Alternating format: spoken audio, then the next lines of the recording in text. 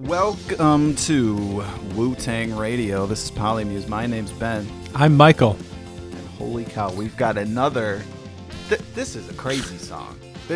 Welcome to Polymuse. We're huge System of a Down nerds, huge music fans. We're bringing you a track-by-track analysis of one of our favorite bands. Here's a bonus track for you, a free bonus. We're doing Shame by Wu-Tang Clan and System of a Down. This is a absolute banger. This is an insane piece of music, just off the rails experience of a song. I'm just going to start it there, and then I'm going to turn it over to my co-host. Well, I have a few gripes with it, but let's start. Let's start back with the debut of the song on 1993's Wu-Tang debut album, Enter the Wu-Tang 36 Chambers. The original version had ODB, Old Dirty Bastard, on the chorus, as well as Raekwon and Method Man. RZA has a verse on here, and he's the only member of Wu-Tang. We dropped everyone else out. On the System version. And then Serge has the chorus and a couple verses as well. So this is kind of a reimagining, if you will. But this was dropped on the Loud Rocks rock hip-hop collaboration album that came out in 2000. It was also collected in the 2006 Lonely Day EP release. But the Loud Rocks album collected hip-hop artists and paired them with rock groups to kind of cover or reimagine some of their top hits. Now, Wu-Tang did have several tracks on this album. Some of the other top ones that were my favorite were Everlast joining Mobb Deep for Shook Ones Part 2, Static X joining Dead Prez for Hip Hop, and Incubus joining Big Pun for Still Not a Player. There's a Rage Against the Machine one on there too, or maybe just a Tom Morello one. But you know what's fair is that this Wu-Tang one only has RZA on it. So it's RZA and Serge and System playing a cover of a hip-hop song, which you don't hear very often, almost ever, although Right. System's done two by now, essentially. It's a cool idea. You got the Loud Rocks. You don't really see... Seems like a fad where they wanted to take two genres, mash them up. It's one of those things where it's like, did this necessarily organically come about as a collaboration, or are they throwing stuff in the pan that is fashionable at the moment? Right. How did it come about as far as all that? We're not certain necessarily. I mean, was RZA in the studio with System? Maybe, probably not. You don't need to be to make a record like this, but Right. I believe it's a new verse by RZA for this track. So, but again, he's the only one on here. So it's not actually a full Wu-Tang feature on this track. Mm-hmm. So it's actually quite strange if you ask me. I mean, we do see albums now where we have punk covering hip-hop, or what, Punk Goes Hip-Hop. Yeah, they did do that for a while. Those type of albums, Yeah, which are cool. Pop goes punk. It would be like 80s and 90s done as a punk song, or hip-hop songs done as a punk song. Yeah. And they've got weird stuff like those. This is not exactly the same phenomenon, but they have those like lullaby versions of like metal albums and classic rock albums. So it'll be like Slayer or Megadeth, but it'll be played on like tambourine and what am I thinking of? Like a xylophone, like ding, ding, ding. Yeah. So it sounds like baby music, but it's like, Metallica riffs or whatever. Yeah. So it's like a reimagine. It's not a cover really, but it's like a redo of the same material. Some of the other tracks on here are actual like covers. They just brought in a rock band to kind of do the instrumental part of it, which is cool. 'Cause I always thought, if you're able to do a hip hop song, especially live, and you're able to bring in real instruments, then I think you have a good track. Like, I think you've built a solid framework for a real song in that case. It's not all synths, and it's not all, I dare say, fake, but like, it's not all computers and made up Beats. It's more organic. Right. So if you can do the same thing on a recording and have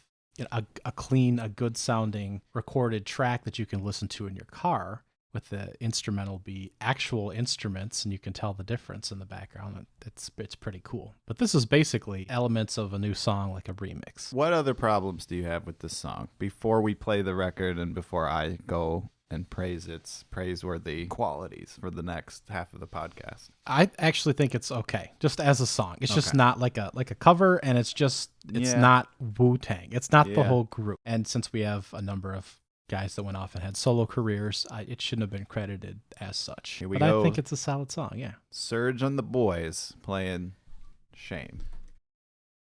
So we got all the same lyrics, essentially, which makes it even more of a cover song. Harsh lyrics, X-rated lyrics. They just punch you in the face with their lyrics, and that's what Wu-Tang is all about. It's this song, it's the most moshiest, fuzzy, distorted, harsh, just beat the crap out of you song, rhythmically, lyrically. Everything is just the most metal, pummel you to the ground type of music, and I like that kind of music.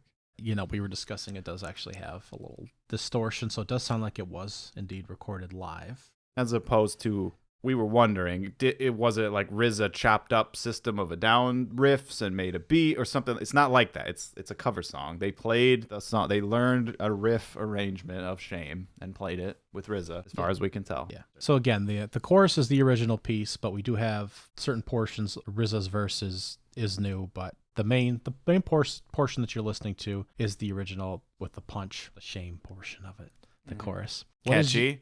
Very catchy. What is your grade? Dude, I think of this song as like a classic of System of a Down's discography. It was one of the first tracks when we started listening to System, wasn't it? I think we got it a little bit later. I don't remember it being one of in the first crop of tracks that we were pulling off the internet.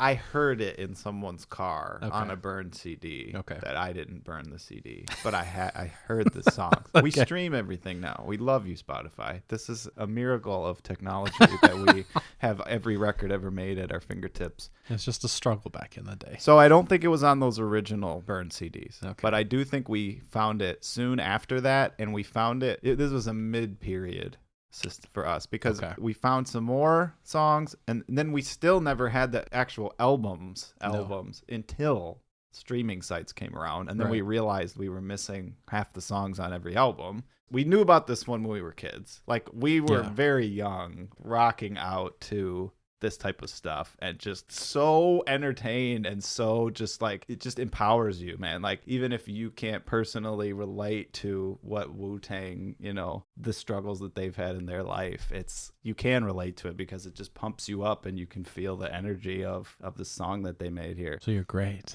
I give it an S. Think if it's like top 5, this is like top 5.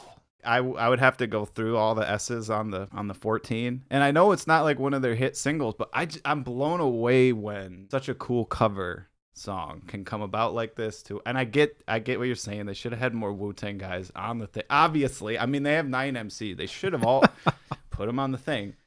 I would love to hear the 10-minute version of this. Just keep playing the riff. They can all do a verse. They're never gonna go back to this one, but. No, when I think of System, and I get that not like, you know, you think of Chop Suey, you think of Prison Song, you think of Sugar. I think of Shame up there with that. Shame and Sugar. Yeah. Well, hey, I give it a solid B. You know, it's still a song that I very much think of with System of a Down as well. Part of it does link back to some of the early tracks that I listened to. You know, it's still got elements of System of a Down. I think it fits nicely for what we are presented with. But again, you know, quote, what I call misrepresentation aside, I still think it's a solid track. It would be nicer if they were able to, I guess, kind of clean it up, the versions that you're able to get a little bit, and clean up a little bit of that distortion, I think. I don't know that that's necessary to keep some of the original unappealing elements in there. But loud rocks. Auditory elements. Loud rocks. Rocks loud. Yeah, it does. Music good. Rock loud. Hard, hop, hip, metal. Yes, please. Yeah. I don't know. I guess I have a thing for keeping some of my higher grades for some of the original music that they crafted themselves, I guess. I'm running out of S's here. You are? Okay, so you're at 5 S's. Is that right? You're at 5 S's. You have Shame here. You have Snowblind, the Black Sabbath cover. You also have Sugar, Suggestions, and War off of the original album. So you're currently at 5 of your 14 S's. And I'm going to blow through like 5 more on Toxicity, so... That's solid. We will cover the full discography. We love this band. We love you. We are called Polymuse. This has been the Wu-Tang Podcast. We are going to leave you now with some Wu-Tang Clan. Check us out. We got another bonus episode coming your way. Get excited. We like doing these bonus tracks in between tracks, and you get them as free bonus content. Doesn't even interrupt the flow of episode drops.